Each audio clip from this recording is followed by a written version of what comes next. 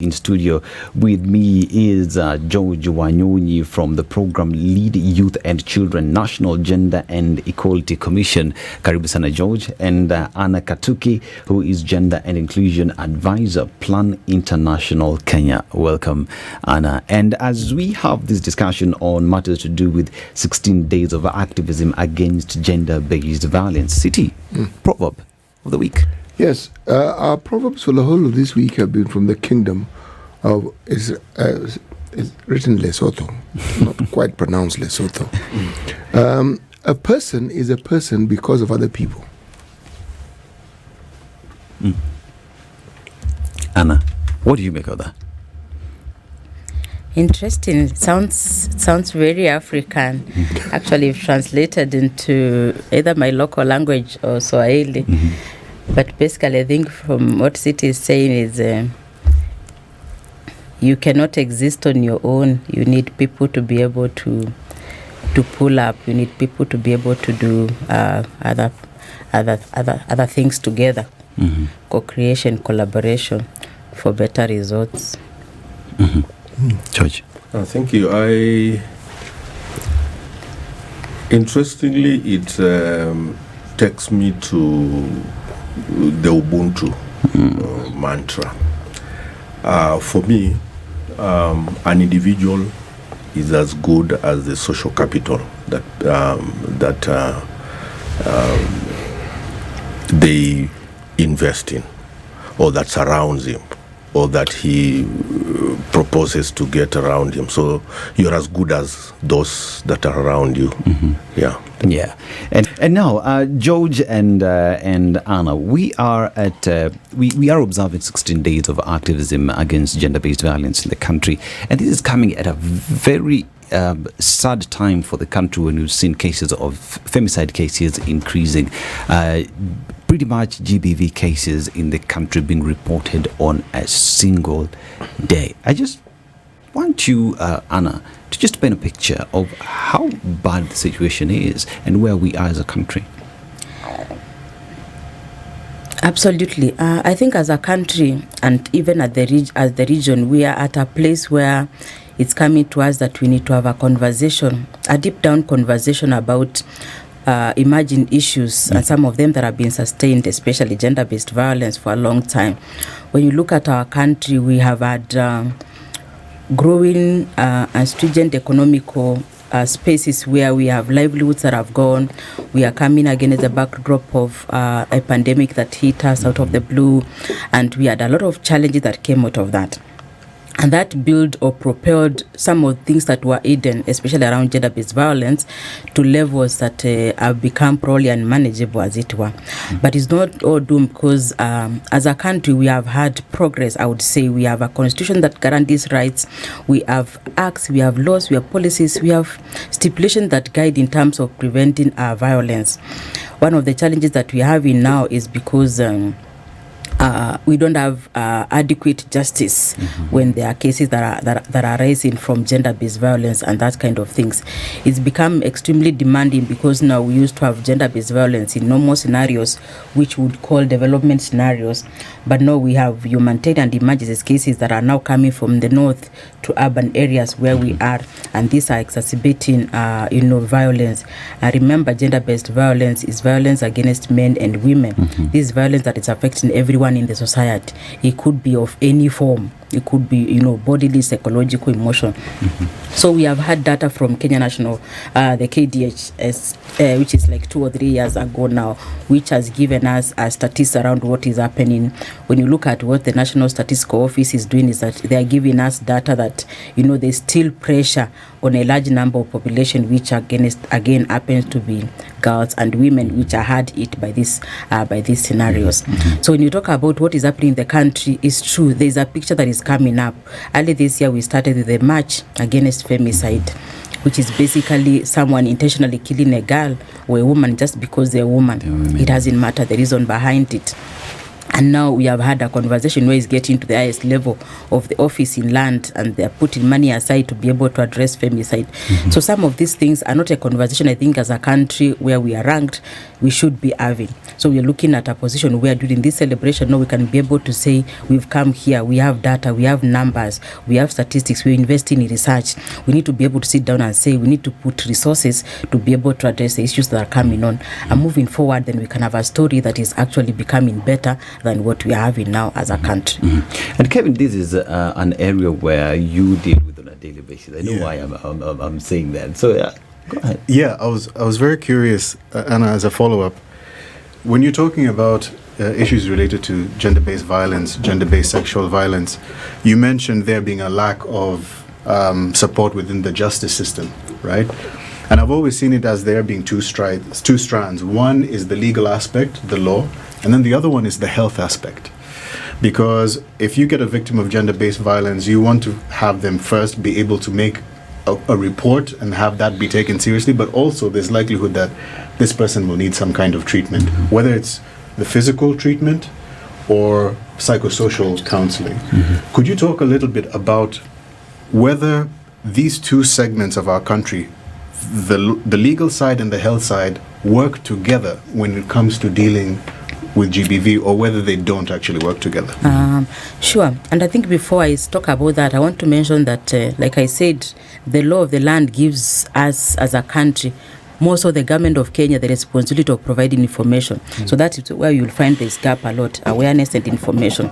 But true as it were, that there are several, or there are layers of processes that when a gender-based or sexual-based act happens, that are followed.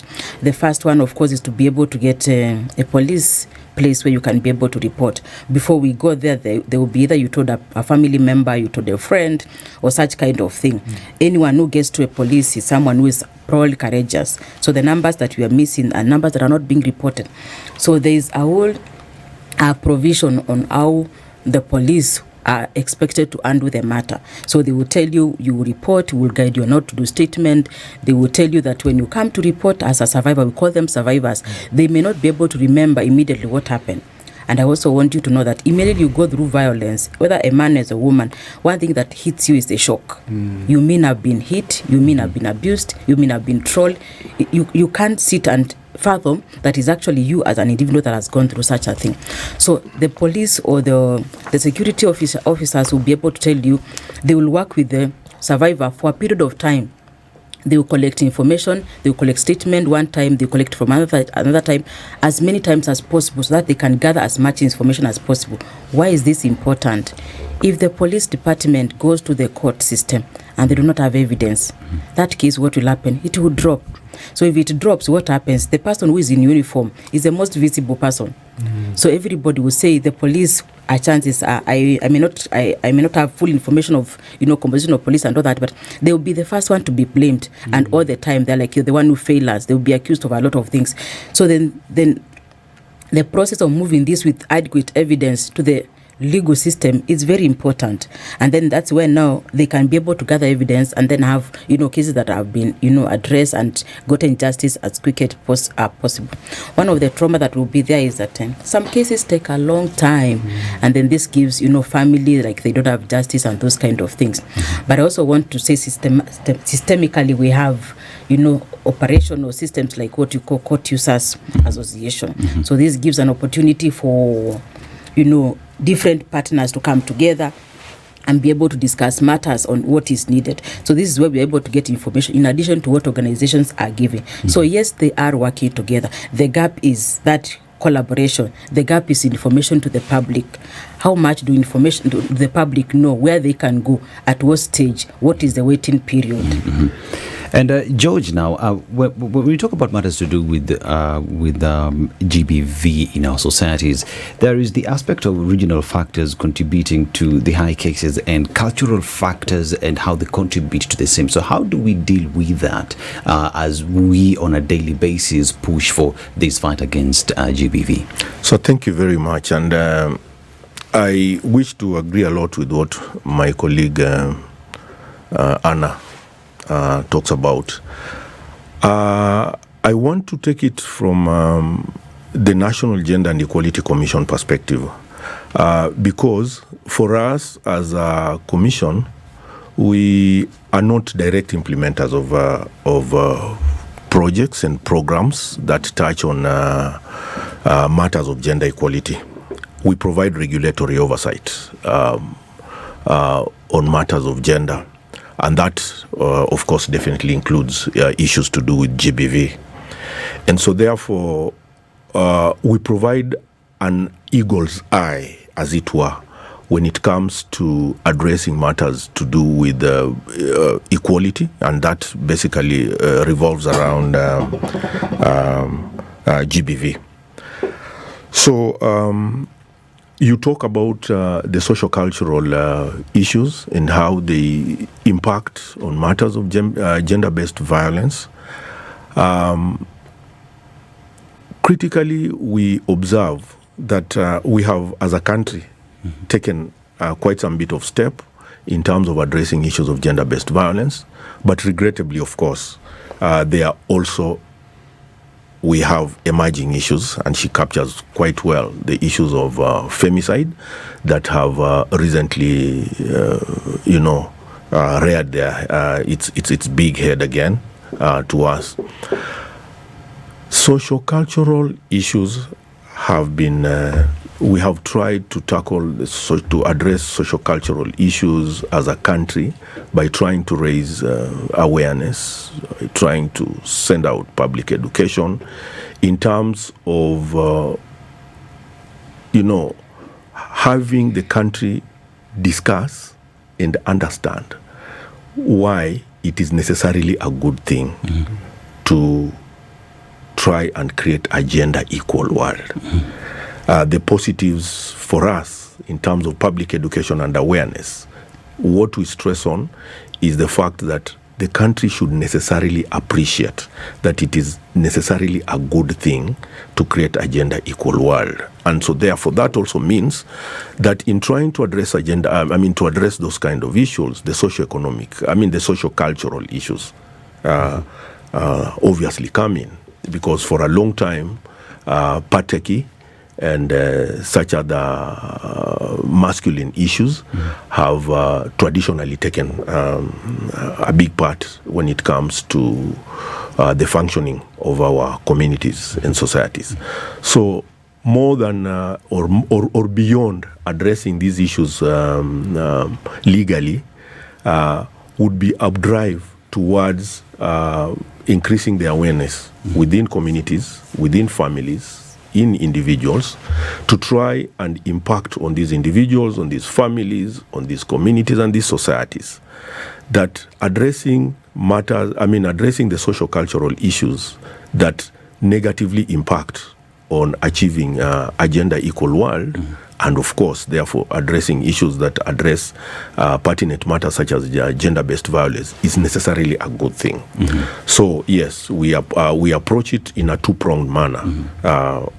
Legal enforcement, but also in terms of raising awareness, so that then an appreciation of the positivities the positives that would be derived from having a gender-equal world are now 16 appreciated. days of activism pretty much is therefore 16 days pretty much just speaking and addressing issues around GBV. What are some of the impacts that this period actually brings to this entire campaign, and some of the partners that you're working together with, say UN Women, in making sure that this matter is addressed, that this matter is highlighted, and that Kenyans, pretty much the whole world, understands the importance of fighting GBV? Thank you. One of the main things that the 16 days of activism campaign raises is the importance of coordinated approaches towards the fight against gender-based violence. Coordination is one of our critical functions as a commission. And so therefore, it provides an opportunity for civil society. It also provides an opportunity for government and all these players to come back and reflect on some of the gains that the fight against gender-based violence has seen over the years. But it also provides an opportunity for us to, as a country, as a society, to reflect on emerging trends that have been seen recently, rearing their head again in the issues of gender-based violence. Annah talks about the technologically facilitated gender-based violence. And we have seen partners during this period of time share information on emerging trends, on issues of gender-based violence. Recently, a study by the CCGD, supported by, I think, UNFPA, in at least the tertiary institutions around Nairobi, indicated the critical issue of technologically facilitated gender-based violence. And so therefore this provides an opportunity, the period provides an opportunity for us to have a reflection on how to address some of these emerging issues, even as we address some of them of the critical matters that are coming up, including amendments to certain sections of the law. Certain sections of the law. And yes indeed. And in studio with me is Sylvia Maina, who's just joined us, who is the Gender Communication Specialist, UN Women East and Southern Africa, equally together with George Wanyonyi, who's Program Lead, Youth and Children, National Gender and Equality Commission, as we talk about 16 days of activism against gender-based violence in the country. Kevin, you had something that you wanted to talk about. Yeah, so I'm curious, in terms of specific initiatives that, UN Women East and Southern Africa has implemented during the 16 days of activism, could you talk a bit about that? Yeah, thanks. It's a pleasure to be with you in studio again. Karibu. Thanks for the warm welcome. So from UN Women, I actually am in the East and Southern Africa Regional Office. And there, one of the things that we are focusing very heavily on, just like the other offices across the world, is gender data and the power of gender data as one of 8 accelerators that we have for ensuring gender equality and women's empowerment. So as you're aware, the UN Women's mandate is really the UN agency or the global champion for girls and women's rights. And for us, our strong belief and ethos is that you can't change what you can't count or you can't quantify, which is why we're huge on gender data. So I'm currently mapped to a program known as Making Every Woman and Girl Count. So in short, we call that Women Count. That's the Gender Data and Statistics Program. It's a global flagship program, and it has regional chapters. And as well as some in the countries like Kenya, Uganda, Tanzania, some of our focus countries in East and Southern Africa, and we have similar, I think Senegal, I think Cameroon in West and Central Africa. I'm forgetting the other one. So really for us, when we invest in gender data, we're looking at really getting to the heart of some of the issues, because we want to influence and inform policies and decisions that will actually have an impact in changing the lives of women and girls. So it's not really just kind of piecemeal interventions of okay, here there's a problem, so let's send security forces there, but it's really to address it holistically and really understand through quality, standardized, reliable, and also very timely gender data that can pinpoint the pain points. And based on that, then we're able to ensure that decisions are made based on actual situations on the ground, that the interventions are transformative, meaning they actually speak to the real issues on the ground.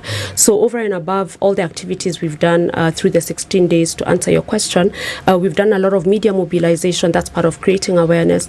But you'll notice all our awareness is data based. It's hinged on data. Like today we have an article in the Standard newspaper, and we've talked about data. I think it's on page 7. We've talked about data from I think 5 countries in the region. There's Rwanda, Tanzania, Kenya, Uganda, and I feel like we mentioned Ethiopia, but I could be forgetting. But really it's just to show how these different countries are using this gender data to influence judicial systems. I heard you speak about it in the first half, to influence even how police and security agencies respond to some of these issues. On Saturday, we had a very interesting public baraza in Kawangware with some of our partners here, including National Gender Inequality Commission, represented by Paul Kuria at the time. He is the director for programs and research here. So he's George's colleague. We had my colleague there as well, who sits with the Eliminating Violence Against Women program. That's a thematic area under UN Women, just like gender data is a thematic area. We had very many representatives, including the inspector for police, right, which was really phenomenal, and civil society organizations. And I think we had marketed it as a 700 packs kind of event, and it was televised live on KTN. But we were so happy to really get the pulse on the ground, which is something we don't often get as a regional office. Typically, that's the purview of country offices, right, to engage at that level. But even through that conversation, we were really able to see the frustrations of the community, but again, just to share with them data and the interventions that we're doing. For example, I'll talk about Tanzania, where they've used gender data in partnership with UN Women to really influence how the security agencies respond to GBV cases. In Zanzibar, for example, it's very impressive, where they have the Office of the Chief Government Statistician, the OCGS, different from the National Statistical Office, which is on the mainland. And they have monthly media releases, is what they call them, where the National Statistical Office actually presents data on GBV specifically to the media and fields questions. And the media put them on the spot and ask, why has this number gone up in this region? And based on that, they're able to remain accountable. Based on that, they're also able to build awareness even in the communities. And of course, the media being such an important champion for even gender data and gender issues, they're able to really run and represent the public well. Yeah, so you find that based on those media releases, they've been able to actually set up one-stop centers in every single district in Zanzibar, which is so impressive. And we've seen a similar setup in Rwanda as well, where they have what are called the Isange one-stop centers. And Isange means feel at home. Yeah, and these kind of centers also serve as what do you call them, safe houses. Yeah, and they work very closely with the Rwanda Investigation Bureau. They call it RIB. So at that one-stop center, you'll find counselors, you'll find RIB who are able to take your dossier and forward it for judicial action. You find support from medics. Yeah, so these are just some of the interventions that we've helped to influence in different countries. In Kenya, for example, I'm very proud to say, and I think George can resonate with this, we have specialized GBV courts in some of the hotspot counties that have been identified, like Mombasa, Kisumu, Busia. Isn't it? Busia. Yeah, there are 3 actually. Yes, Meru as well has one. I think it was the first one to have SGBV courts. And we have similar in Uganda as well. But this is, of course, because of the backlog in the courts, and of course, denied justice. Delayed justice is denied, right? And GBV issues are very fast and hot. And if they're not addressed fast enough, we know that the end is really femicide. And I heard you speak about this in the first half. Yeah, so really those are just some of the interventions that we're doing, but everything that we're doing is really geared towards raising awareness, both among survivors and the general public, also bringing in men as champions. We have very many he for she's is what we call them. Yes, I've heard of that. Yes, which is really, I think, innovative. We've done some work on this with UNESCO as well, but really just to try and make it a whole of society issue rather than just a women's issue, which it is not. Let me ask a question. Yes, when you say you want to make it a whole for society issue, and you have an understanding with the justice system, what about the alternative justice system? I ask this because it has a greater leaning towards societal norms because of the way it is structured, and it also helps, we're talking of data, activate a process within a community setting, and in so doing, the very principles that you're speaking of are then passed across, or are then put across in a manner that would be a lot more acceptable to those who supposed to interact with this particular service. Indeed, and of course those resonate with our culture, right? Yes. The African culture. Yes. Which I know we feminists, and I must say feminist now has been used as an insult. Someone thinks by telling you feminist, it's like they've told you something, you know, and it's not a bad word. But that's something definitely that we've been asked about. So when you say that, yes, you say we feminists. Feminist. So are you saying that you recognize yourself as you're also a you something?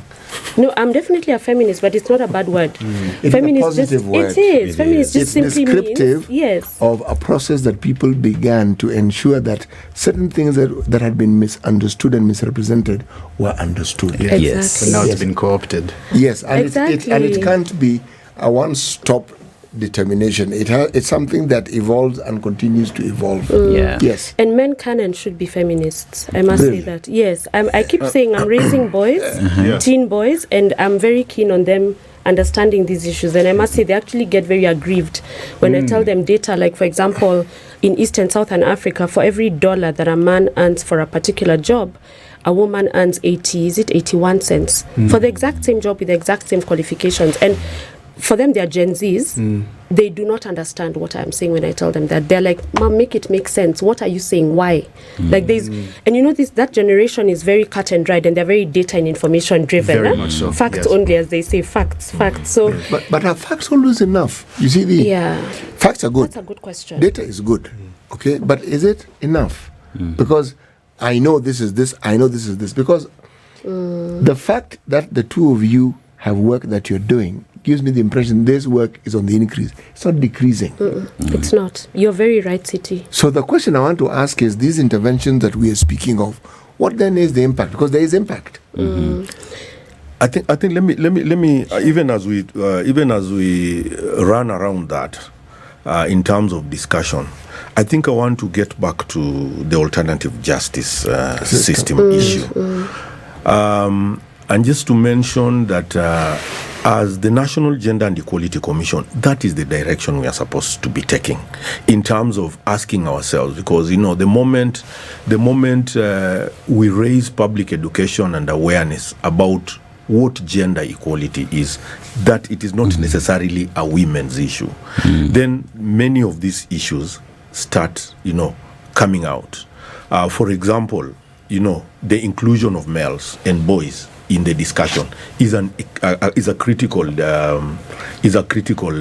issue, because, like we correctly say, how the society has been structured, it becomes extremely difficult for gender equality matters to be discussed without the involvement of boys and without the involvement of men. Largely because most communities and societies are structured around gatekeeping by men. And so therefore Is that a fixed position that cannot change? it is not, and that is the discussion that we keep saying. Bring the discussion so that the boys are socialized early enough to understand this, so that the men are socialized into believing that it should be possible to change certain positions. And necessary also. George, Yes. let me ask a question. You Yes. see, when you are talking to full-grown men about change, Yes. African men, they will hear you, they will even attend your meetings. As to whether they will comply, completely different issue. Now let me take a few steps back. You're a mother of boys. Have you taught them to cook? Hey, let me tell you, my boys can outcook me. Precisely. If you had girls, it would even have been better. You know why? True. If you introduce children to the same chores without telling them about equality, you have already introduced them to it. And you've introduced them to respect each other. Now, do we have a situation where we find that what you refer to as traditional roles, that societies that we work with are willing to introduce that form of equality from a very early age? That what the girls do, the boys also do. Not can do. Yeah. The can, we understand, must do. Yeah. Yes. And I think, Steve, what you're bringing up is something very critical, because I'll give you a personal example, because that is what Mzee Aseto Senior introduced with Wanyonyi, because 4 boys, 1 girl. So we ended up actually doing majority of these things because we couldn't overburden the sister. And through that, even through life, like what a woman does, we must do, and not because we are men or because she's a girl, but because it is a responsibility for everybody. And you've put it so well, because I think some of the things that people who are raising children of both sexes say is, if you're going to eat, then you need to also be able to cook. We can't all be eating, but only one person is capable of cooking. Yes. Yeah, make it make sense. If you need to eat, then you also need to know how the food gets to the table.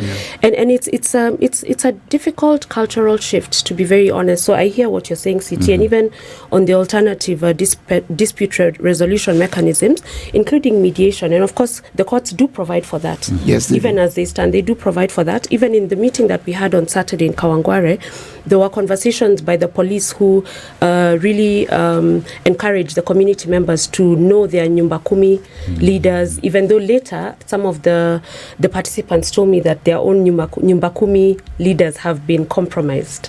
Yeah, so you find a girl is defiled next door by the neighbor, everybody knows who did this, but somehow the Nyumba Kumi person is given something under the table, and but it's interesting because this misogyny, there seems to be a growing rate of misogyny in Kenya, which I think is really worrying. And just yesterday I was reading a report by the BBC talking about this and how it seems to be one of the countries which has a very high spike in misogyny. And we've talked about this before in the previous shows here, how there's a high acceptance for GBV even among women in Kenya.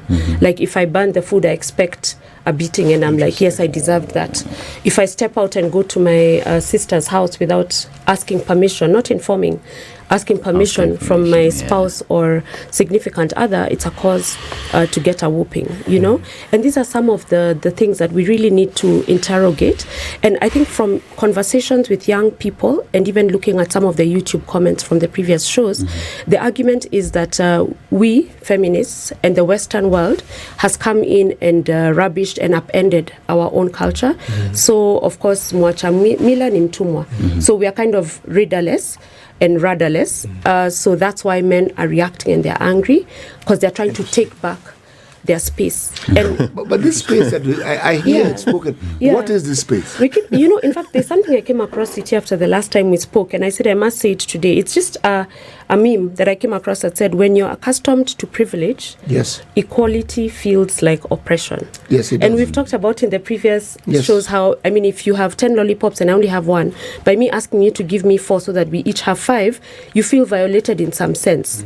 Yet really, ideally, we should be balanced, because if you only promote one side of society, and women are more or less half across the world, so that's like basically running with one hand tied behind your back. How can we purport to develop? And that's why for us at the UN, gender equality and women empowerment had to be one of the sustainable development goals, right? Because you can't talk of sustainable development without equitably developing all of society. You need to look at the vulnerable. You need to look at persons with disabilities. You need to look at the poor. Obviously, that's why number 1 is number 2 is no poverty, right? So in the same way, gender equality and women's empowerment is really not a women's issue. It's not a feminist issue. If you look at traditional African culture, we respected women. Right. Actually, so even as we say it's our culture to subjugate women, it's not. There were even cultures that were matriarchal. Isn't it? Right? The Mombis and the rest. That's true. Actually, the most, when you look at the African setting, the typical African setting, it was more divine to tend towards the underprivileged. So well said. Yeah, so that then you would be able to say that the first groups to be defended would have been the children particularly, and then you get the women, and then you get the persons with disability. Persons that are fairly underprivileged. I just wanted to get to look at what this discussion says at a higher level. And I'm telling myself, have we put in place frameworks that would ensure that, for example, the issues that you raised that were raised in Kawangware last weekend, the issues that touched on the judiciary, the issues that touched on the police, the issues that touched on other players, especially in government, what frameworks have we put in place so that to enable these groups to come together.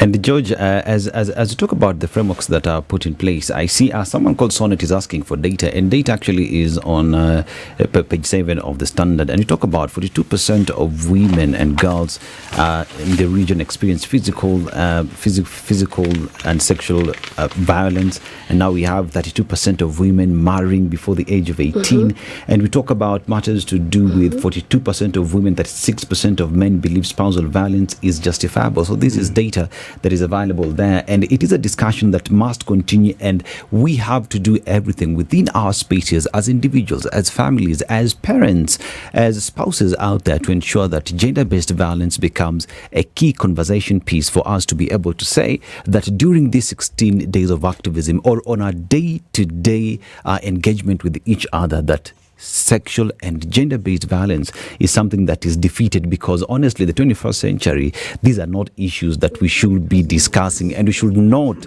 be having data that is going up. Instead, it should be go down. This is the Situation Room, the only way to start your day.